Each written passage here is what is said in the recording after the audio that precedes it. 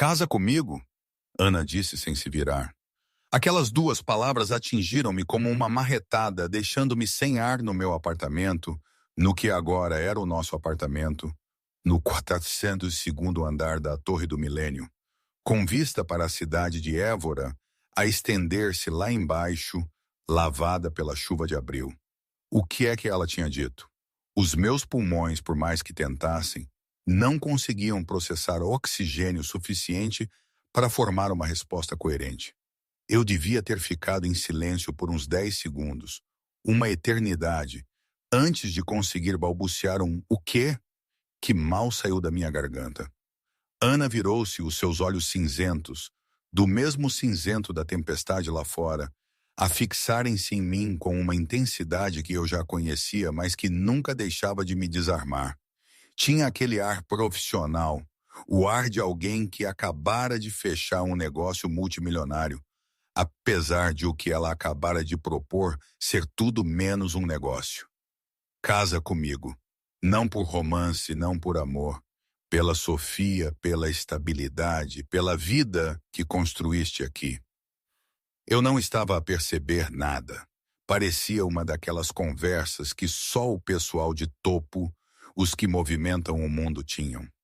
Mas eu era João Rocha, um ex-funcionário de entrada de dados, pai solteiro, que tinha estado em Porto e depois fugira para Coimbra, depois Évora, para escapar a um passado que me perseguia. Era tudo tão insano que a minha mente começou a girar. Os acontecimentos dos últimos meses a misturarem-se como um novelo. Como é que eu tinha chegado ali? Como é que a minha vida tinha virado do avesso desta forma? Acho que tudo começou naquela manhã de fevereiro. Ou talvez antes, mas a manhã da tempestade, essa ficou-me gravada. Eram 4 da manhã quando toquei na testa da Sofia. A minha filha, a minha pequena de 8 meses, queimava como brasa. Uma nevasca daquelas que paralisa tudo tinha bloqueado Évora. A creche estava fechada e eu tinha recebido um e-mail urgente da empresa. Esteja presente às 9h ou encare o fim do contrato. Não tinha ninguém a quem ligar. Nenhuma família aqui em Évora, nenhuma escapatória. A Clara, a minha mulher, a mãe da Sofia, tinha morrido há 11 meses, 3 meses depois do nascimento da nossa menina. Uma embolia pulmonar não diagnosticada. Num instante, estava a rir do primeiro esforço da Sofia para rolar. No seguinte, desabou na sala. Partiu antes mesmo de a ambulância chegar.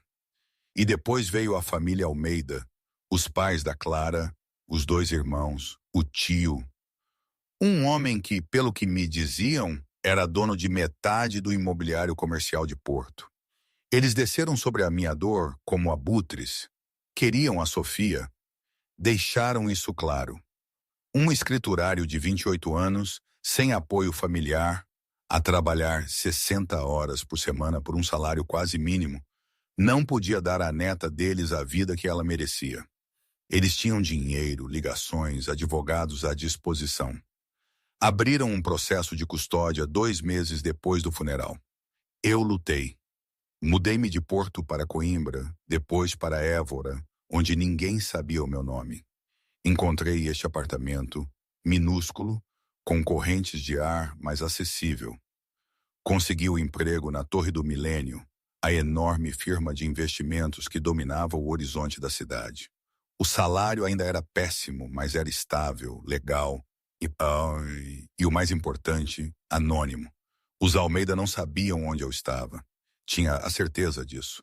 Mas nessa manhã, com a Sofia a arder de febre e aquele e-mail a ameaçar o meu emprego, "És tudo o que me resta, Sofia." Sussurrei para ela, aninhando-a contra o meu peito. Ela era a minha ponte para a Clara, a única coisa que me mantinha ligado. O termômetro marcava 39 metal C. Os números digitais piscavam no escuro do meu quarto. Lá fora, o vento uivava contra as janelas do meu apartamento no 3º andar, atirando neve em lençóis horizontais que obscureciam tudo para lá de 3 metros. O alerta meteorológico no meu telemóvel brilhava com avisos. condições de tempestade de neve, viagens não recomendadas, todos os serviços não essenciais suspensos. A Sofia choramingava no berço, um som que cortava a fúria da tempestade mais agudamente do que qualquer vento. Levantei-a com cuidado, sentindo o calor antinatural a irradiar pelo seu baby grow de algodão. As bochechas estavam coradas, a respiração superficial e rápida. Eu estava lá acordado desde a meia-noite, a monitorizar a temperatura dela, a dar-lhe paracetamol infantil, a colocar panos frios na pele. Nada funcionava. A febre subia.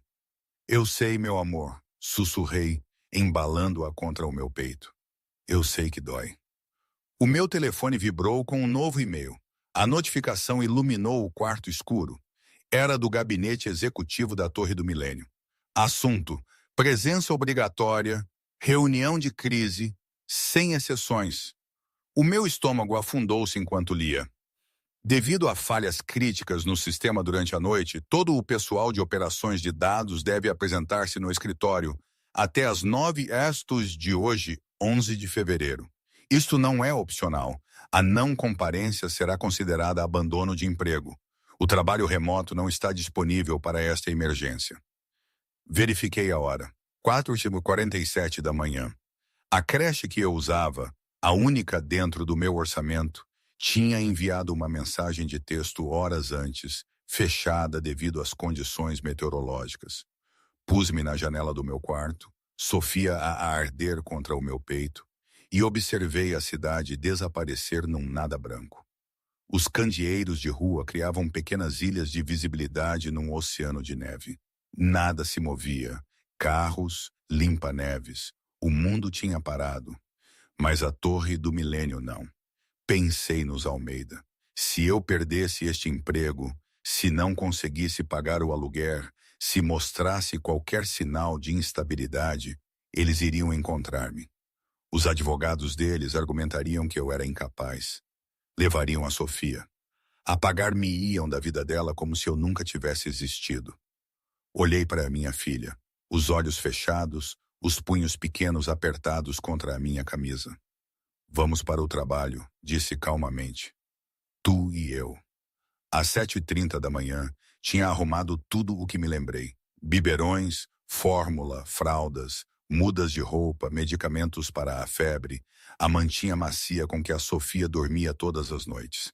A minha mala de mensageiro, um objeto de couro castanho, gasto que a Clara me tinha dado anos antes, estava inchada de mantimentos. Vestia a Sofia com um baby grow térmico, um macacão de lã e envolvia em 2 mantas antes de a colocar cuidadosamente no interior acolchoado da mala, a cabeça dela a repousar contra uma toalha enrolada para suporte. Ela estava mais silenciosa agora, a medicação para a febre a aliviar o desconforto, mas a pele ainda estava demasiado quente. A caminhada até a Torre do Milênio demorou 45 minutos, através de neve até os joelhos. As ruas principais da cidade tinham sido limpas uma vez, mas a acumulação era implacável. Mantive a mala de mensageiro apertada contra o peito, o meu casaco pesado enrolado à volta de nós os dois, criando um bolso de calor partilhado. As minhas botas encheram-se de neve. Os meus dedos ficaram dormentes dentro das luvas. A Torre do Milênio erguia-se 70 andares no céu cinzento da manhã. Uma coluna de aço e vidro que parecia preta na luz da tempestade. O átrio estava quase vazio.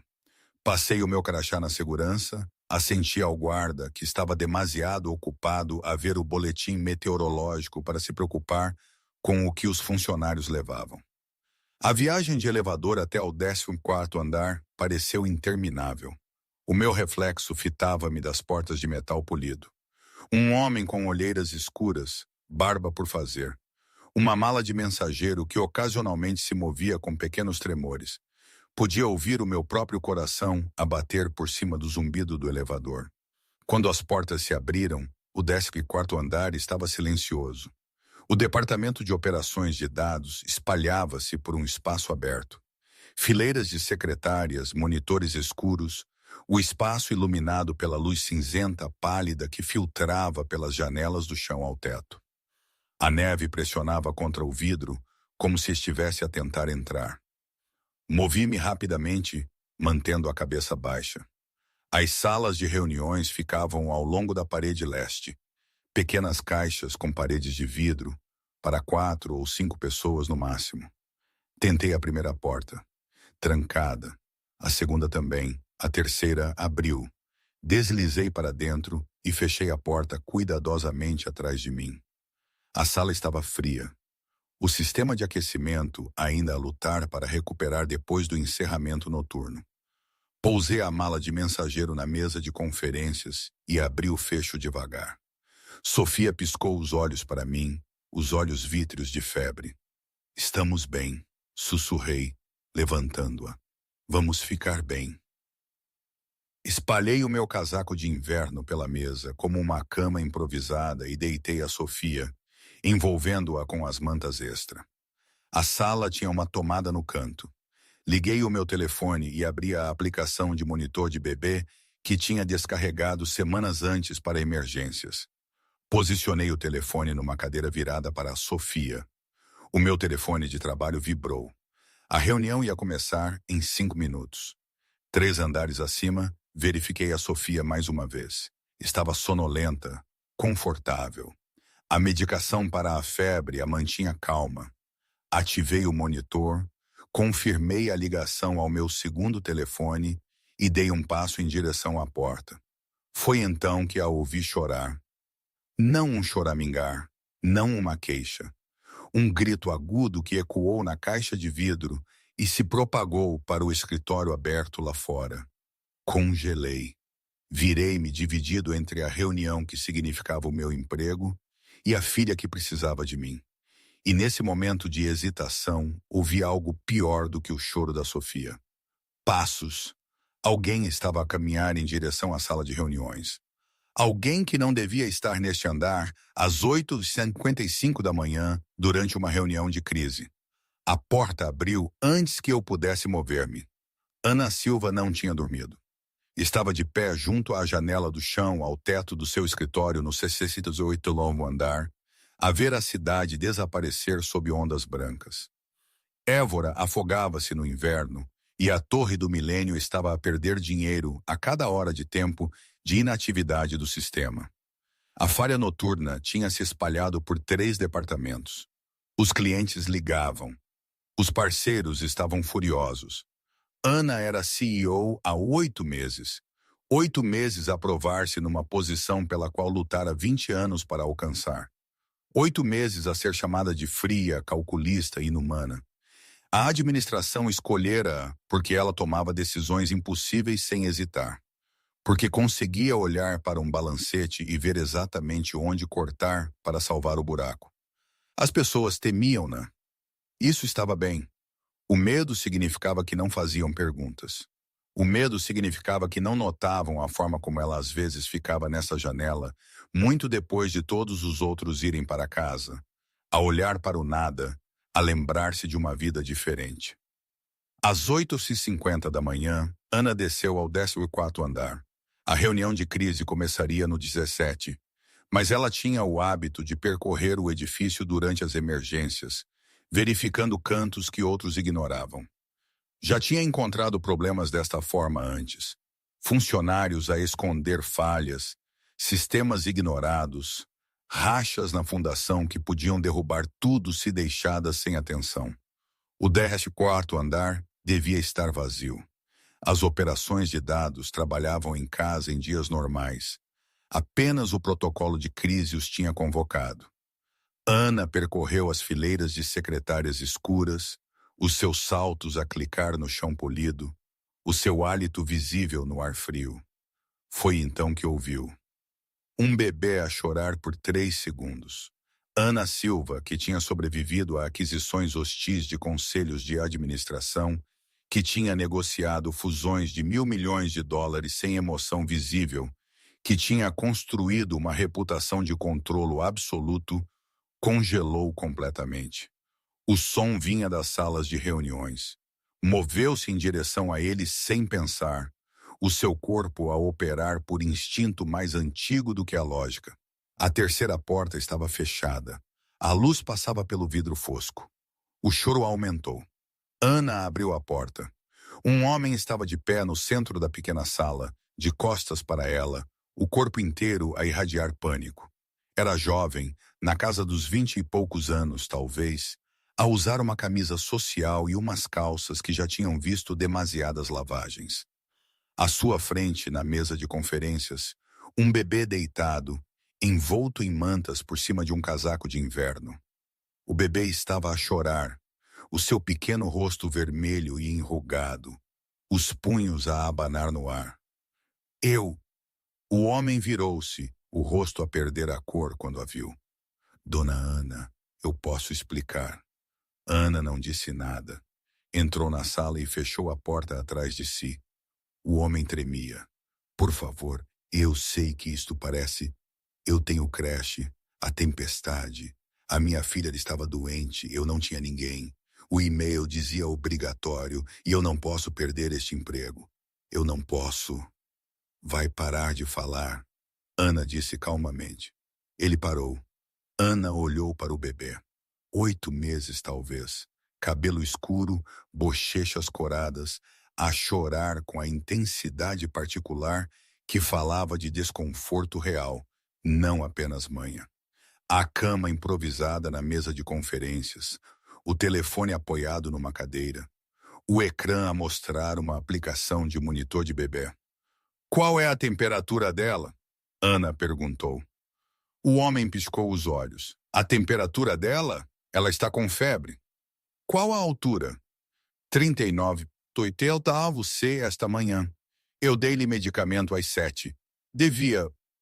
Há quanto tempo? 1h30. Ana passou por ele. Pegou no bebê com cuidado, apoiando a cabeça com facilidade praticada, e segurou-o contra o ombro. O choro do bebê mudou para soluços confusos. Qual é o nome dela? Ana perguntou. Sofia. Sofia Rocha. E o senhor? João Rocha. Operações de dados. Estou aqui há 6 meses. Eu juro que nunca. Não perguntei pelo seu historial de emprego. Ana ajustou a posição da Sofia, a mão dela a verificar automaticamente a testa do bebê, o pescoço, o calor que irradiava pelas mantas. Ela precisa de líquidos. Trouxe solução eletrolítica? Só fórmula. Fórmula serve. Faça um biberão. Eu fiquei a olhar para ela. Desculpe. Faça um biberão. A voz de Ana não estava zangada. Não estava calorosa também. Era simplesmente factual. Se a febre dela estava a 39,8 a 90 minutos e a medicação está a fazer efeito, provavelmente está agora entre 38,5 e 39. Isso significa que está estável, mas desconfortável. A desidratação é o risco.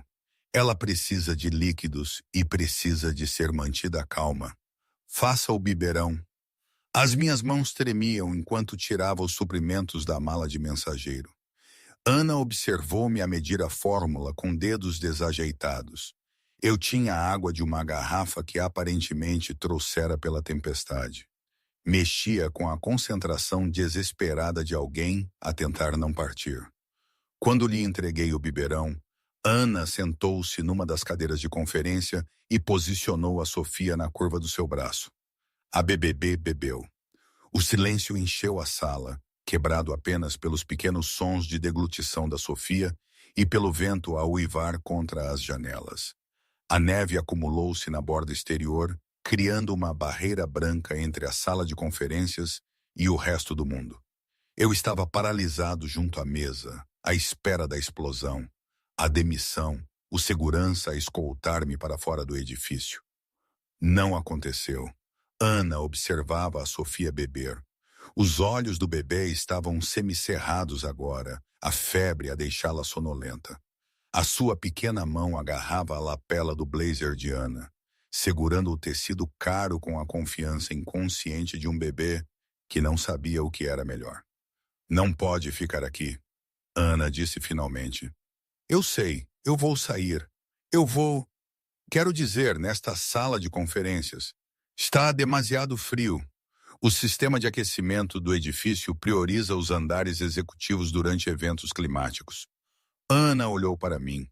O rosto dela era ilegível. Traga as suas coisas. Vem comigo. O elevador executivo exigia um cartão-chave que apenas 5 pessoas no edifício possuíam. Ana Silva era uma delas. Eu estava ao lado dela no elevador, a segurar a minha mala de mensageiro como um escudo, a ver os números dos andares subirem. Cada número era um extrato de poder que eu nunca imaginara alcançar. O departamento de operações de dados existia no 14. O andar executivo começava no 65. A Sofia adormecera nos braços de Ana. Tentei tirá-la de volta. Ana simplesmente abanou a cabeça e continuou a andar, embalando a Sofia com uma competência que parecia fundamentalmente errada para uma mulher cuja reputação incluía a frase Rainha do Gelo em todas as críticas online. As portas do elevador abriram-se para o 68º andar. Eu nunca tinha visto nada parecido. O nível executivo fora projetado como um hotel de luxo. Iluminação suave, arte abstrata em paredes de cor creme, tapetes grossos que absorviam o som. Janelas do chão ao teto ofereciam uma vista panorâmica de Évora a desaparecer sob a nevasca. Ao longe, o lago Alqueva era uma ausência cinzenta na paisagem branca. Por aqui, Ana disse, levou-me por um corredor até um conjunto de portas duplas. O seu escritório era uma suíte de canto, facilmente 1.000 metros quadrados. Uma secretária enorme dominava uma extremidade, a sua superfície vazia, exceto por um portátil e uma única fotografia emoldurada virada para longe da vista. A outra extremidade continha uma área de estar, sofá de couro, poltronas, mesa de centro. E contra a parede leste, ao lado de outra parede de janelas, havia algo que eu não esperava. Uma pequena sala separada por portas de vidro fosco. Era para ser um espaço de meditação. Ana disse, seguindo o meu olhar. Nunca o usei. Levou a Sofia para a pequena sala. Eu seguia, a minha confusão a aumentar a cada passo. O espaço tinha talvez 3 por 3 metros. Tinha carpete, iluminação embutida, um banco embutido numa parede. A temperatura estava quente, muito mais quente do que o 14º andar. Um pequeno purificador de ar zumbia silenciosamente no canto. Ana ajoelhou-se e deitou a Sofia cuidadosamente no banco, envolvendo-a com as mantas que eu tinha trazido. Verificou a testa do bebê novamente, os seus movimentos precisos e suaves. Fique aqui, disse-me, e depois saiu. Eu fiquei na pequena sala, completamente perdido. Através do vidro fosco, podia ver a silhueta de Ana a mover-se pelo seu escritório, gavetas a abrirem-se, objetos a serem recolocados, o som de um telefonema, frases rápidas e cortadas que mal conseguia ouvir. 5 minutos depois, ela voltou com itens que eu não sabia que os CEOs guardavam nos seus escritórios. Garrafas de água, um pequeno kit de primeiros socorros e uma coluna portátil. Ruído branco, Ana explicou, configurando a coluna perto da Sofia. Selecionou uma faixa, chuva suave, e ajustou o volume para ser apenas audível. Ajuda-os a dormir por entre os sons ambientais. Como é que... comecei eu. Vou pedir a alguém que traga um berço portátil do armazém de serviços familiares. Ana continuou, ignorando a minha pergunta. O edifício mantém suprimentos de cuidados infantis de emergência para eventos climáticos. Estão no 23. Entretanto, esta sala é quente, silenciosa e tem uma porta. Pode monitorizá-la do meu escritório. Não entendo, disse eu. Por que está a ajudar-me? Ana olhou para mim diretamente pela primeira vez desde a sala de conferências.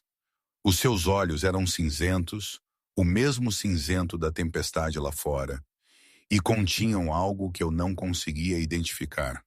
Por quê? Disse ela lentamente. Eu sei como são os 8 meses.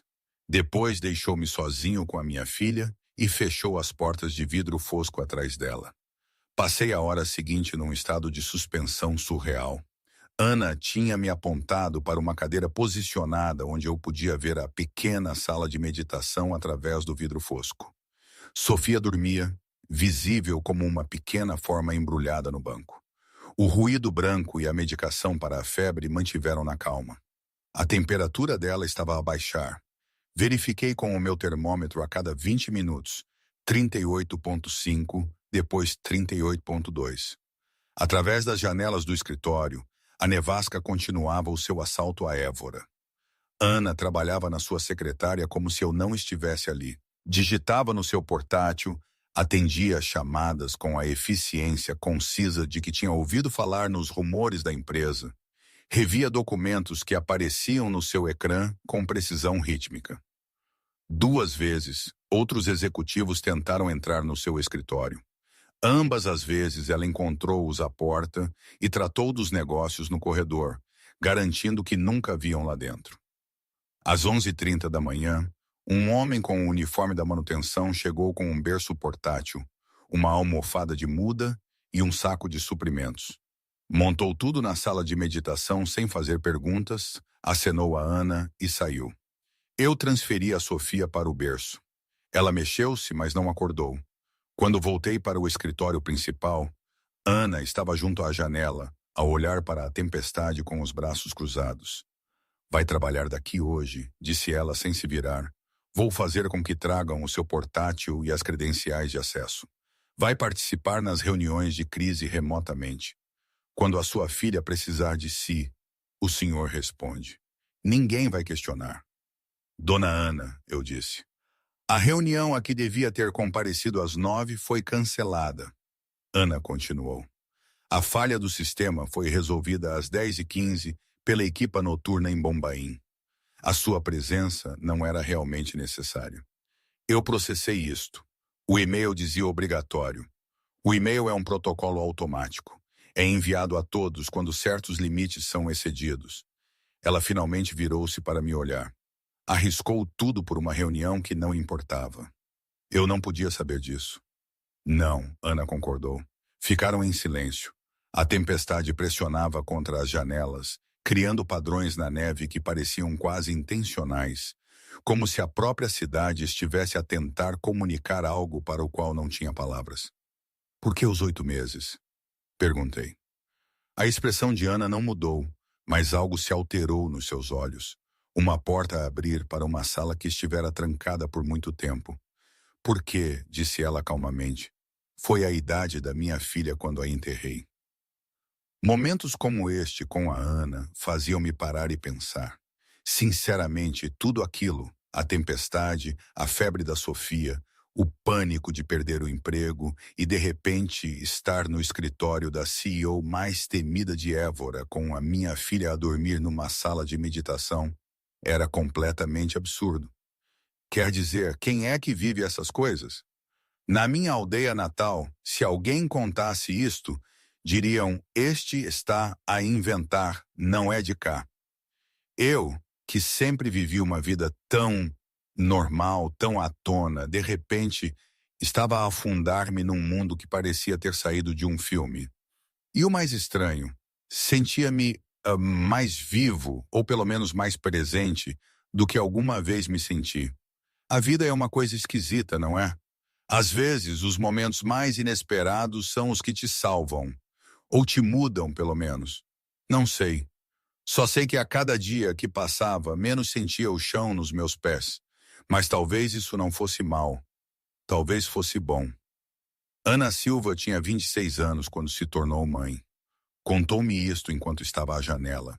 O seu reflexo fantasmagórico contra a tempestade. Sofia dormia na sala de meditação. O escritório estava silencioso, exceto pelo sistema de ventilação do edifício e pelo som distante do vento. O nome dela era Graça, Ana disse. Graça Maria Silva. Nasceu 6 semanas prematura, com 1,5 kg. Disseram-me que talvez não sobrevivesse à primeira noite. Ouvi sem interromper. Ela sobreviveu, Ana continuou. Veio para casa depois de 5 semanas na neonatologia. Era pequena, mas saudável. Perfeita. Eu estava a trabalhar em análise de investimentos na altura, 60 horas por semana, a tentar ser analista sênior antes dos 30. Pensava que conseguia equilibrar tudo, pensava que era suficientemente forte. Lá fora, a neve acumulava-se na parapeito da janela, construindo uma parede entre o interior e o exterior, entre o passado e o presente. Aos 8 meses, a Graça começou a ter problemas respiratórios. Pequenas coisas no início, tossia durante as mamadas, parecia mais cansada do que outros bebés. Levei-a ao pediatra. Disseram que provavelmente era menor, talvez alergias, talvez nada de todo. A voz de Ana manteve-se firme, clínica, mas as suas mãos apertavam os braços cruzados com força. Não era nada. O que era? Perguntei suavemente. Síndrome do coração esquerdo hipoplásico, um defeito congênito. O coração dela tinha se desenvolvido anormalmente desde o nascimento, mas era suficientemente suave para não aparecer nos testes padrão. Na altura em que descobriram, não fizemos a tempo. Parou, recomeçou. Era dezembro, não muito diferente de hoje. As estradas estavam geladas. Ela precisava de cirurgia de emergência num hospital especializado a 3 horas de distância. Não chegamos a tempo. O silêncio que se seguiu parecia pesado o suficiente para rachar as janelas. Segurei-a enquanto ela morria. Ana disse. Era 23 de dezembro, há 9 anos. Tinha 8 meses e 11 dias. Olhei para a dormir no berço através das portas de vidro fosco. 8 meses de idade, a mesma vulnerabilidade. Lamento, disse eu, sabendo que as palavras eram insuficientes. Deixei de ser uma pessoa depois disso. Ana continuou como se não me tivesse ouvido. Eu trabalhava. Era tudo o que fazia. Trabalhava 16 horas por dia. Aceitava projetos que mais ninguém queria. Tornei-me essencial. Tornei-me poderosa. Dizia a mim mesma que era ambição, mas não era. Finalmente olhou para mim. Era apenas mais fácil do que ir para casa, para um apartamento vazio onde o quarto do bebê ainda estava exatamente como eu o deixara. Ainda está? Não, mudei-me há 5 anos. Vendi tudo. Recomecei. Os lábios de Ana formaram algo que não era bem um sorriso. Ou foi o que eu disse a mim mesma. Mas tu não recomeças realmente. Apenas aprendes a funcionar.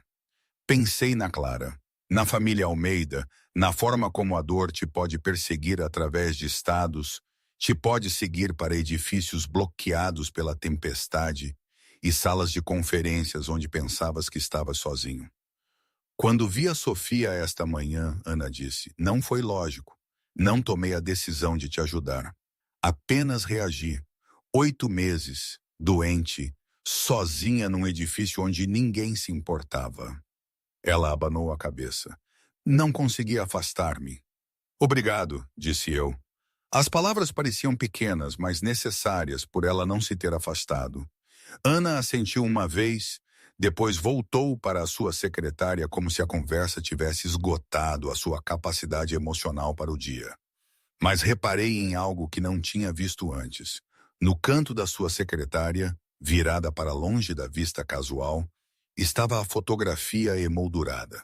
Não conseguia ver a imagem, mas percebi o que devia ser. Graça Maria Silva, 8 meses de idade, para sempre. Nos 6 meses seguintes, a minha vida transformou-se de maneiras que eu não podia ter previsto. Ou foi mais? Não sei, o tempo é uma coisa engraçada. Esborratava-se quando estávamos tão imersos. A Ana cumpriu a sua palavra. Na manhã seguinte à nevasca, recebi um e-mail a promover-me a coordenador de operações executivas, uma posição recém-criada que reportava diretamente ao gabinete de Ana. O meu salário triplicou. O meu espaço de trabalho tornou-se uma secretária numa área partilhada adjacente à suíte de Ana, no 680º andar, onde o berço da Sofia permaneceu montado na sala de meditação, que deixou de ser apenas uma sala de meditação. Tornou-se o quarto da Sofia. A Ana fez com que a manutenção instalasse uma mesa de fraldas adequada, um pequeno frigorífico para biberões, uma cadeira confortável para as mamadas. Contratou uma ama a tempo parcial, uma senhora chamada Margarida, que veio recomendada da Agência de Cuidados Infantis mais exclusiva de Coimbra para cobrir as horas em que eu estava em reuniões. Mas, mais vezes do que não, a própria Ana aparecia à porta da sala de meditação. Eu levantava os olhos do meu trabalho para encontrar assegurar a Sofia, a passear pelo escritório enquanto revia contratos no seu tablet, a fazer telefonemas com a Sofia a dormir encostada ao seu ombro. A bebê parecia sentir a competência de Ana, aninhando-se nos seus braços com uma confiança que oferecia a poucos outros. Ela gosta de si. Observei uma tarde em final de março, a ver a Ana dar um biberão à Sofia enquanto digitava com uma mão no seu portátil. Os bebés são juízes eficientes de caráter. Ana respondeu sem levantar os olhos. Ainda não aprenderam a mentir. E o que diz o julgamento da Sofia sobre si? Que sou confiável. A voz de Ana não transmitia emoção. A consistência importa mais do que o calor nesta idade. Mas eu notava coisas que Ana não percebia que estava lá a revelar. A forma como ela sorria, realmente sorria, quando a Sofia lhe agarrava o dedo. A forma como ela ajustava a sua agenda de reuniões para estar presente durante a sesta da tarde da Sofia. O tom suave que a sua voz assumia quando murmurava para a bebê, pensando que ninguém podia ouvir. Ana Silva, a mulher que construíra uma reputação de intocável, estava a derreter. O escritório notou.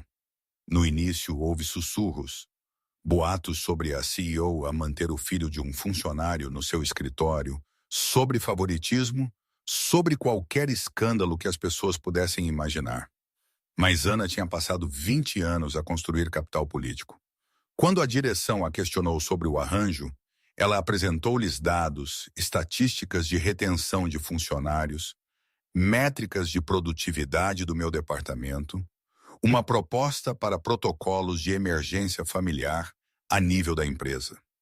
Num período de 2 meses, a Torre do Milênio tinha implementado novas políticas. Creche de emergência para tempestades, licença parental alargada, horários flexíveis para pais de crianças pequenas. Usou-nos, disse eu uma noite, quando a maioria do escritório tinha esvaziado, deixando apenas eu, Ana e Sofia, que estava a praticar sentar-se numa manta espalhada pelo chão do escritório de Ana. Usei uma situação para beneficiar todos. Ana corrigiu. Ela estava sentada no chão, algo que eu nunca imaginara a CEO fazer, a apoiar as costas da Sofia com uma mão. As políticas eram necessárias. O senhor forneceu a narrativa que as tornou aceitáveis para a administração. Isso é ser calculista. É o meu trabalho. Sofia tombou para o lado. Ana pegou nela automaticamente, transformando o movimento num jogo. Sofia riu, um som brilhante e claro que parecia impossível no ambiente corporativo elegante. Eu observei o rosto de Ana quando a Sofia riu. Observei a forma como a sua expressão se transformou, apenas por um momento, em algo mais jovem e menos defendido. É boa nisto, disse eu baixinho. Em quê? Em ser a avó dela. As mãos de Ana pararam nas costas da Sofia. A palavra pairou no ar entre nós, não planeada e frágil. Eu não sou, começou ela. Eu sei, disse eu. Lamento, foi presunçoso, mas... Ana estava a olhar para a Sofia com uma expressão que eu não conseguia ler bem. Algo entre a dor e o espanto e o medo. Ela tem a idade que a Graça teria. Ana disse suavemente. Se ela tivesse vivido 9 anos, a Graça estaria agora no 3º ano. Estaria a aprender multiplicação. Provavelmente odiaria. A Graça. Ela tinha a minha teimosia. Mesmo aos 8 meses, já se percebia. O sorriso de Ana era triste. Ela lutava contra a cadeira do carro todas as vezes. O médico disse que era um comportamento normal de desenvolvimento, mas eu sabia melhor. Ela simplesmente não queria ser confinada. Queria controlo. Sentei-me no chão em frente a Ana. Sofia entre nós como uma ponte. Ajuda? Perguntei. Estar perto da Sofia. Não sei, Ana admitiu. Alguns dias parece que me foi dado algo que não mereço. Outros dias parece que me é permitido terminar uma conversa que pensei ter terminado há 9 anos. Ela encontrou os meus olhos. Isso é egoísta? Não, disse eu. É humano. Sofia, indiferente ao peso emocional do momento, agarrou o colar de Ana e tentou metê-lo na boca. Ambos rimos e por alguns minutos o passado e o presente existiram na mesma sala sem lutar. Mas nem tudo era simples. No início de abril, recebi uma mensagem de texto de um número desconhecido. Sabemos onde estás. 4 palavras que estilhaçaram a minha nova estabilidade. Os Almeida tinham me encontrado. Contei a Ana sobre a família Almeida numa sexta-feira à tarde, quando a chuva tamborilava contra as janelas do escritório, lavando os últimos vestígios do inverno. Contei-lhe tudo. Sobre a morte da Clara, sobre a batalha pela custódia, sobre a forma como a família da Clara me tinha olhado como se eu fosse um obstáculo a ser removido, sobre a mudança para Coimbra com nada além de um carro usado e esperança, sobre o medo constante de que um dia batessem à minha porta com advogados e levassem a Sofia embora. Ana ouviu sem interromper. Quando terminei, ficou em silêncio por 30 segundos. Os seus dedos estavam unidos sob o queixo, na postura que eu aprendera a significar que ela estava a processar variáveis complexas. Eles têm motivos para a custódia? Perguntou ela finalmente. Afirmam que sou financeiramente instável, que a Sofia precisa de recursos que eu não posso fornecer. Isso mudou, mas a história não. Eu estava sem dinheiro quando eles apresentaram o processo. Eu não tinha sistema de apoio. Do ponto de vista legal, os pontos de vista legais mudam com base em quem os apresenta. Ana pegou no seu telefone. Dê-me 72 horas. O que vai fazer? O meu trabalho. O que aconteceu nos 3 dias seguintes tornou-se lenda nos círculos jurídicos de Coimbra. Ana Silva moveu-se com a precisão de um bisturi. Não contratou apenas advogados. Contratou a melhor advogada de direito da família do centro de Portugal. Uma mulher chamada Patrícia Moraes, que já tinha ganho casos perante o Supremo Tribunal de Justiça. Ela fez com que os meus registros financeiros fossem atualizados, mostrando o meu salário atual e estabilidade. Encomendou um estudo social a uma assistente social licenciada que visitou o meu apartamento recentemente melhorado e apresentou um relatório brilhante. Mas Ana não parou na defesa. Partiu para o ataque. Através da sua rede de investigadores e analistas financeiros, ela rastreou os bens da família Almeida, encontrou irregularidades fiscais nas suas propriedades imobiliárias, descobriu que o tio da Clara, aquele que tinha sido mais vocal em querer levar a Sofia, tinha sido citado 2 vezes por violações de códigos de construção em propriedades que alugava a famílias de baixa renda. Documentou tudo com a brutalidade completa de alguém que entendia que o poder não era sobre força, era sobre informação. Na manhã de segunda-feira, o advogado da família Almeida recebeu um pacote. Dentro estava a documentação de todas as irregularidades legais e financeiras que a equipa de Ana tinha descoberto, juntamente com uma carta de Patrícia Moraes a delinear exatamente o que aconteceria se o caso de custódia prosseguisse. Exposição pública, investigações regulatórias, atenção mediática que eles não podiam pagar, dada a sua posição social em Porto. A carta terminava com uma oferta simples: retirar a petição de custódia, concordar com visitas supervisionadas 2 vezes por ano e toda a documentação permaneceria privada. Eles aceitaram até terça-feira à tarde. Soube disto quando Ana me chamou ao seu escritório e me entregou uma pasta contendo a papelada de retirada assinada pelo advogado da família Almeida. Acabou, disse ela simplesmente. Eu olhei para os documentos, as minhas mãos tremiam. O que fez? Equilibrei o jogo. Ana voltou para o seu portátil. O seu tom era factual. Eles estavam a usar os seus recursos para te intimidar. Certifiquei-me de que entendessem que os recursos podem funcionar nos dois sentidos. Isto deve ter custado. Nada que importe, João. Esperei até que ela me olhasse. Por quê? Ela pareceu genuinamente perplexa com a pergunta. Porque a Sofia é sua filha, porque é um bom pai, porque eles estavam errados. Uma pausa. Porque eu tinha a capacidade de ajudar e aprendi que as capacidades não utilizadas são responsabilidades abandonadas. Eu não sabia o que dizer. Obrigado parecia insuficiente. As palavras ficaram presas na minha garganta, emaranhadas com emoções que eu não conseguia nomear. Está a chorar, Ana observou. Eu sei. Limpei os olhos brumosos. Desculpe. Eu só tive tanto medo por tanto tempo. Todos os dias, a pensar que nos encontrariam, a pensar que a perderia. Não a vai perder. A voz de Ana era firme. Não para eles. Não enquanto eu estiver aqui. A frase "enquanto eu estiver aqui" ecoou estranhamente no escritório. Eu olhei para cima. O que é que isso quer dizer? O rosto de Ana permaneceu neutro, mas algo se alterou na sua postura. A mesma sensação de porta a abrir que eu tinha visto durante a nevasca, quando ela me tinha contado sobre a graça. Sente-se, disse ela. Eu sentei-me. Lá fora, a chuva continuava a cair, lavando a cidade. E foi aí que Ana me explicou.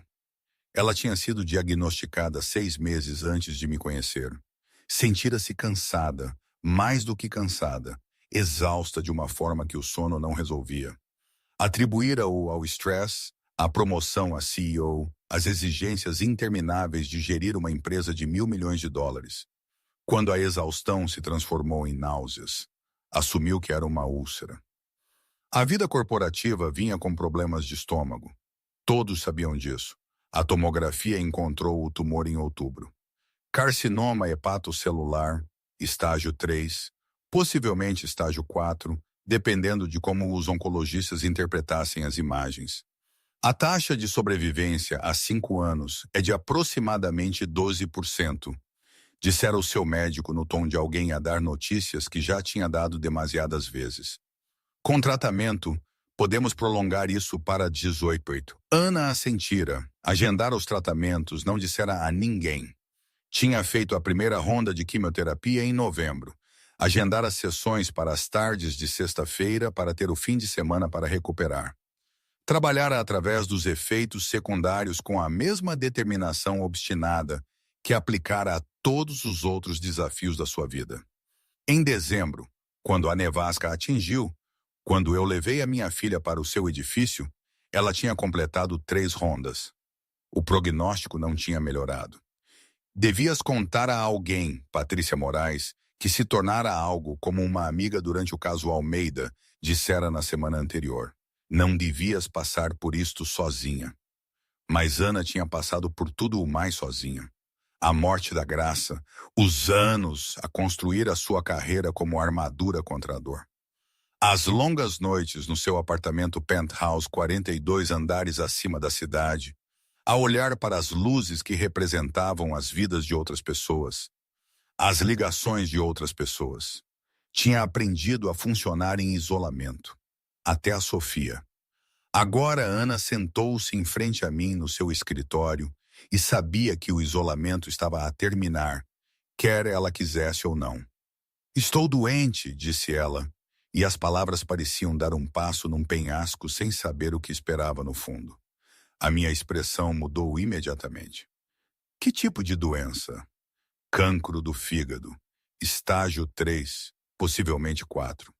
Ana entregou a informação como um relatório trimestral. Fatos sem drama.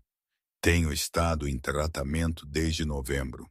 O prognóstico é desfavorável. A cor esvaiu-se do meu rosto. Desfavorável? Como assim? 12 a 18% de sobrevivência em 5 anos, menos se o estadiamento for pior do que pensam. Ela observou-me a processar isto. Tenho gerido isto em privado. Ninguém sabe. exceto a minha equipa médica e a minha advogada. Há quanto tempo, sabe? 6 meses. 6 meses? A minha voz falhou. Tem estado a lidar com isto sozinha por 6 meses. Lido com a maioria das coisas sozinha, Ana disse. É eficiente. É doloroso.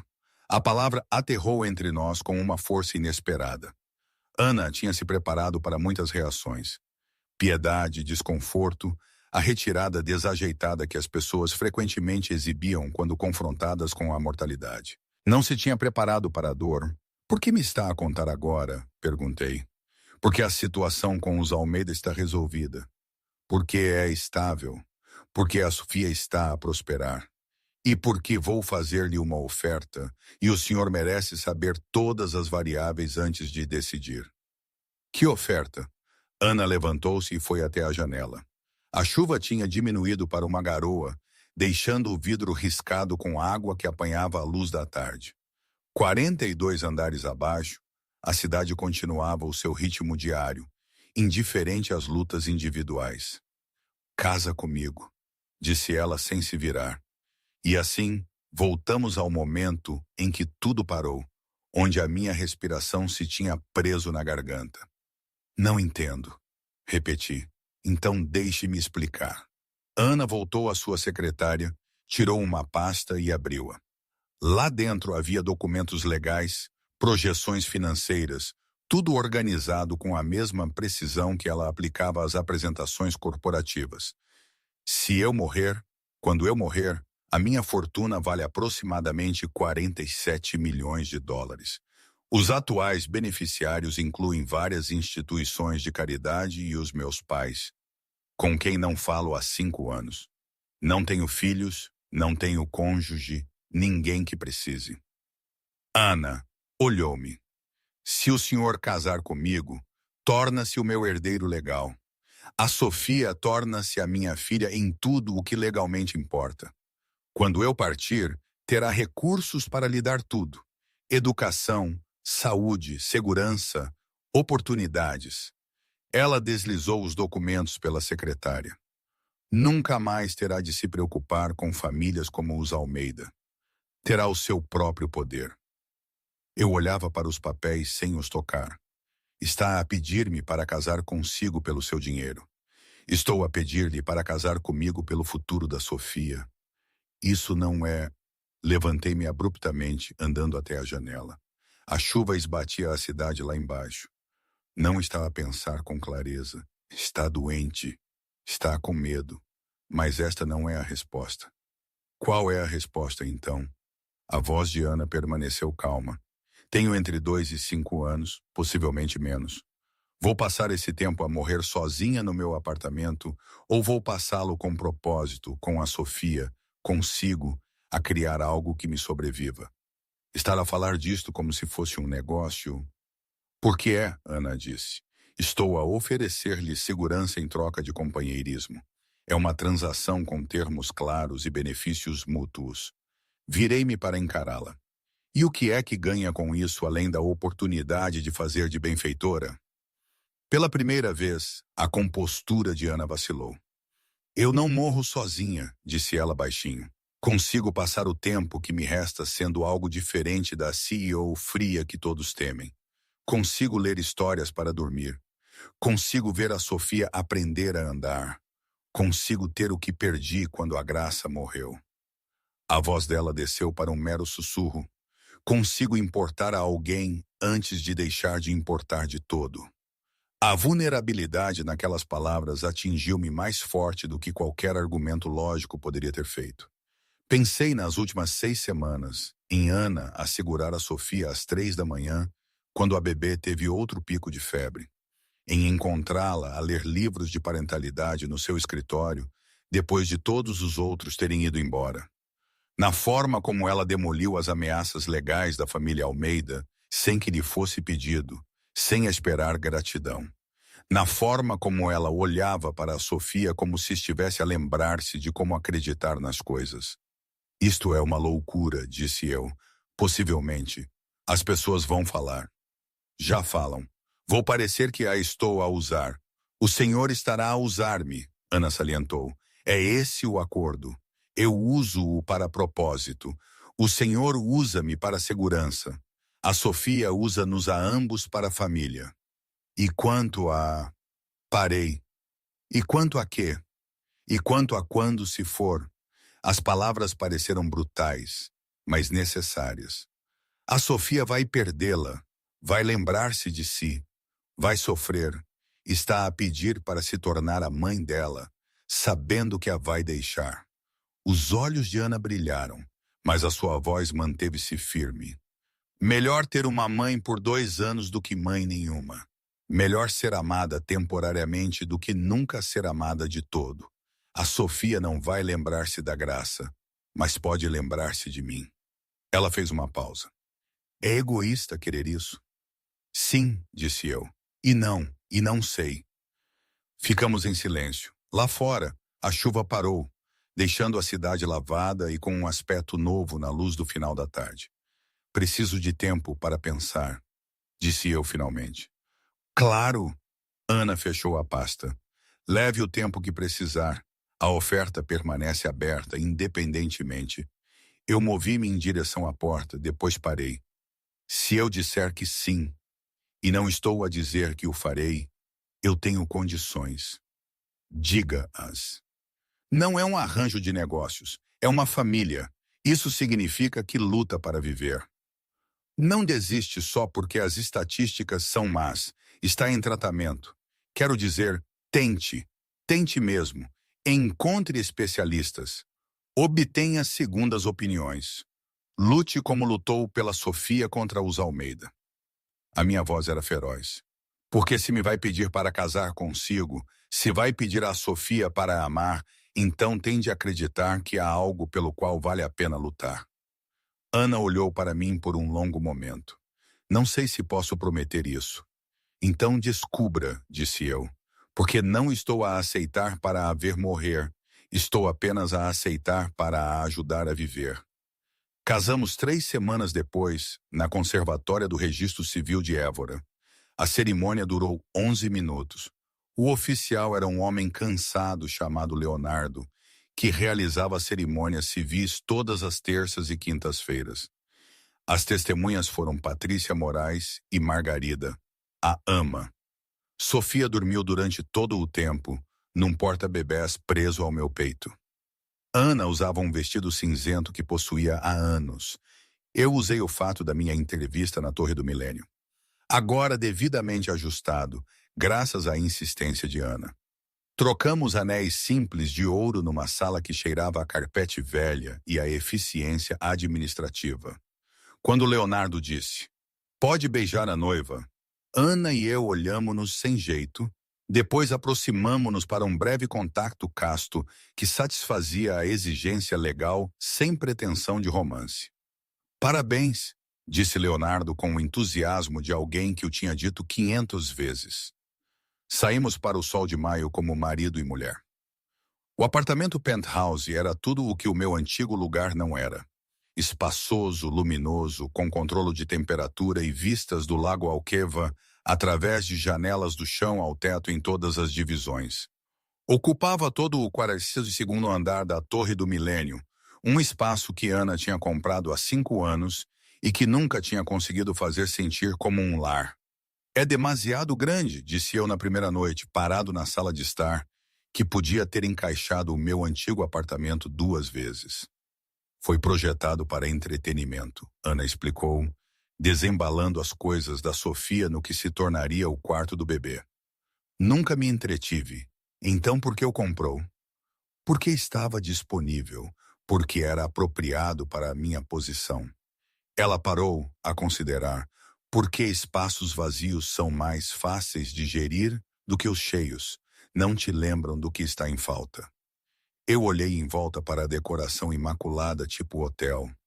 Não vai ficar vazio muito tempo.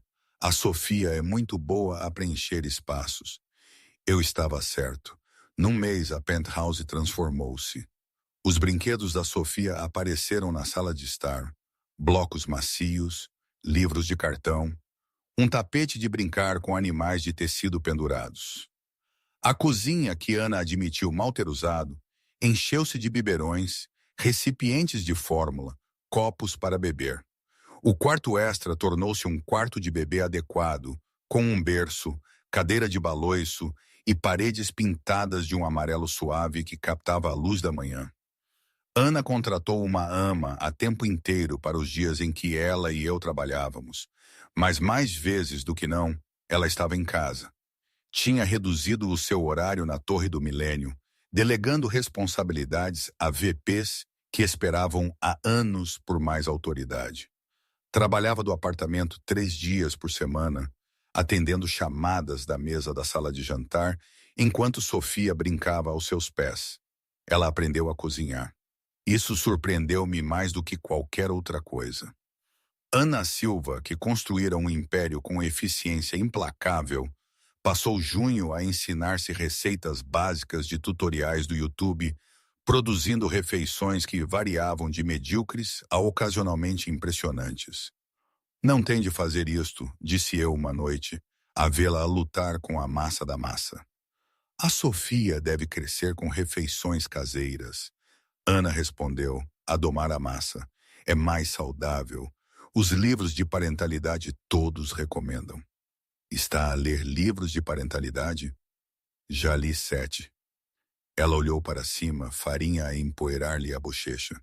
Eu aproximei-me, limpei-lhe gentilmente a farinha e fui subitamente atingido por quão doméstico o momento parecia, quão natural, como eu tinha parado de pensar nisto como uma transação semanas antes. O quê? Ana perguntou, vendo a minha expressão. Nada, disse eu. Só obrigado por tentar. O verão passou em incrementos de vida normal. Ana continuou o seu tratamento. Quimioterapia a cada 3 semanas, exames todos os meses. Eu acompanhava as consultas, sentava-me em salas de espera a ler revistas de parentalidade, segurava a tua mão durante as noites difíceis, quando os efeitos secundários tornavam o sono impossível. Estávamos a construir algo que nenhum de nós conseguia nomear. Não era o casamento que qualquer um de nós tinha imaginado. Dormíamos em quartos separados. Não fingíamos romance, mas em algum lugar entre os arranjos práticos e as responsabilidades partilhadas, o afeto tinha crescido. Notei isso nas pequenas coisas. A forma como Ana sorria quando a Sofia balbuciava. A forma como ela começara a guardar os lanches que eu gostava na despensa. A forma como ela tocava no meu ombro ao passar por mim no apartamento. Gestos breves e inconscientes que sugeriam conforto. Notei isso em mim também. A forma como eu ouvia os passos dela pela manhã. A forma como eu começara a fazer o café dela exatamente como ela gostava. A forma como eu me preocupava nos dias de tratamento, verificando o meu telefone obsessivamente por atualizações. Em agosto, Sofia começou a levantar-se agarrando-se aos móveis. Estávamos na sala quando aconteceu. Ana lia processos. Eu respondia a e-mails de trabalho.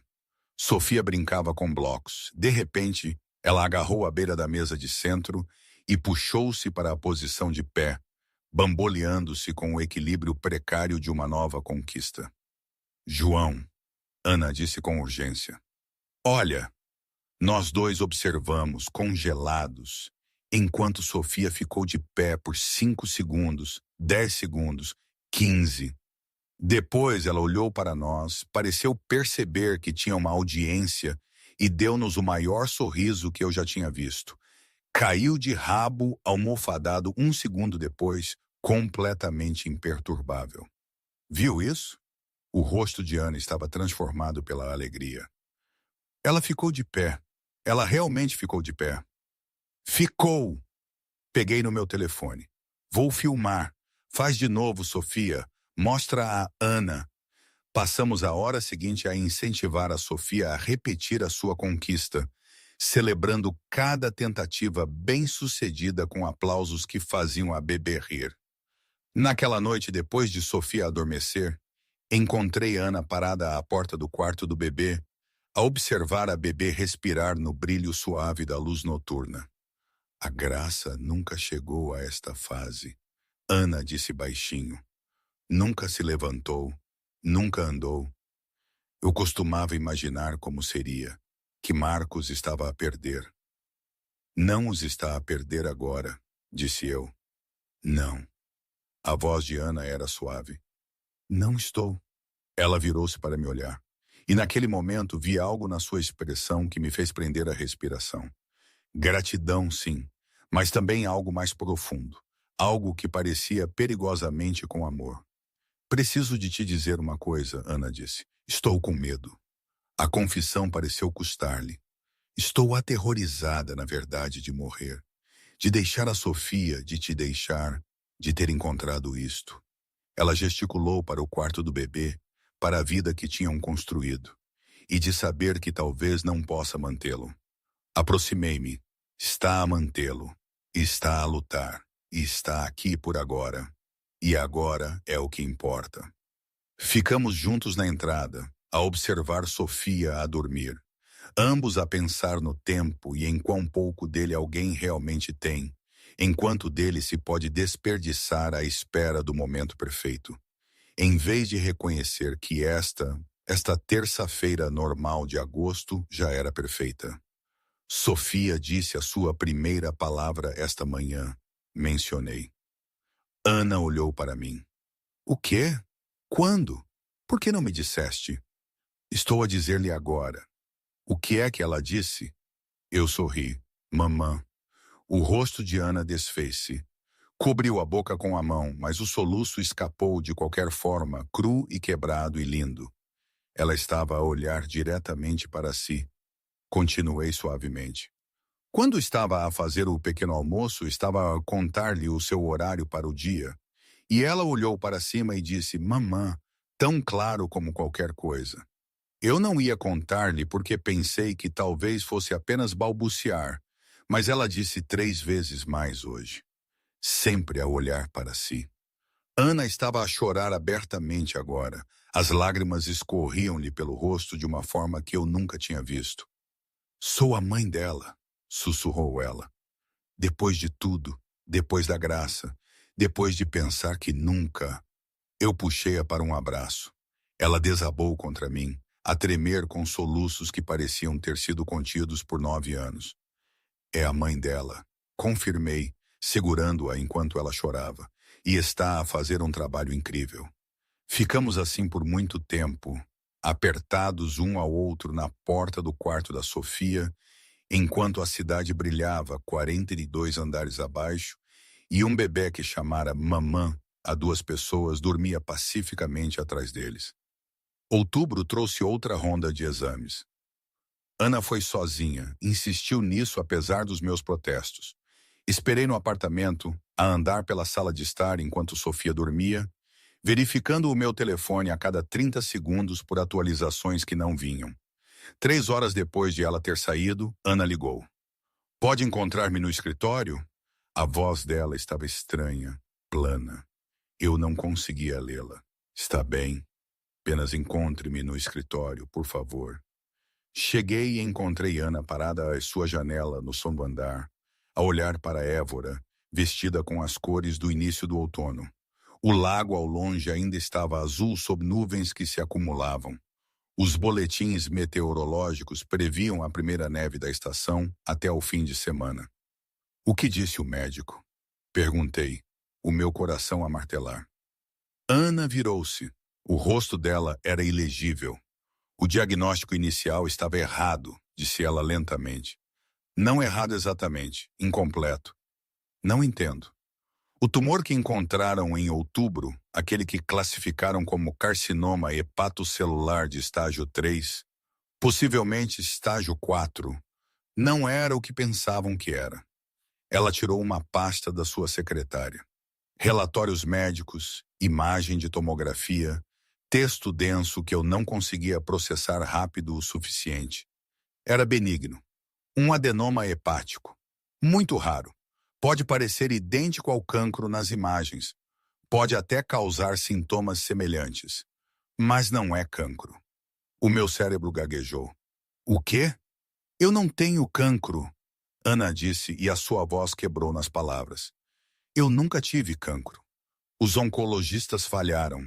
Viram a imagem, viram os marcadores, assumiram o pior cenário e começaram o tratamento.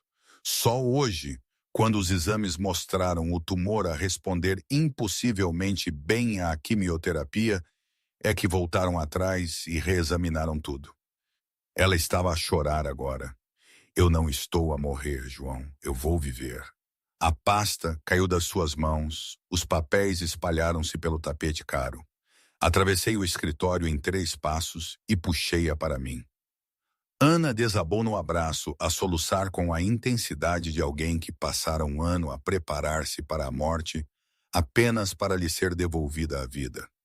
Vai viver, repeti eu, a tentar tornar aquilo real. Vai ver a Sofia crescer.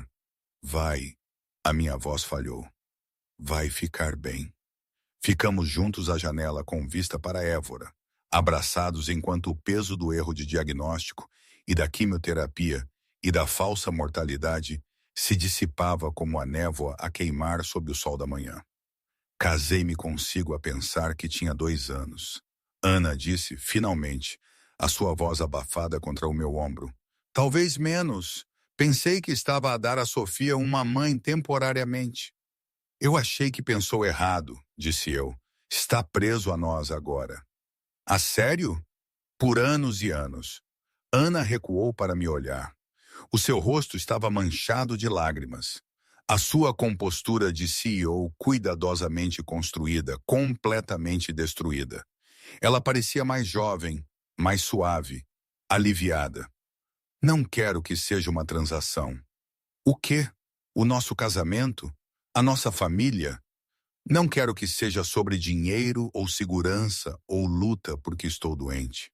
Ela respirou fundo, trêmula. Quero que seja real, quero ser a mãe da Sofia.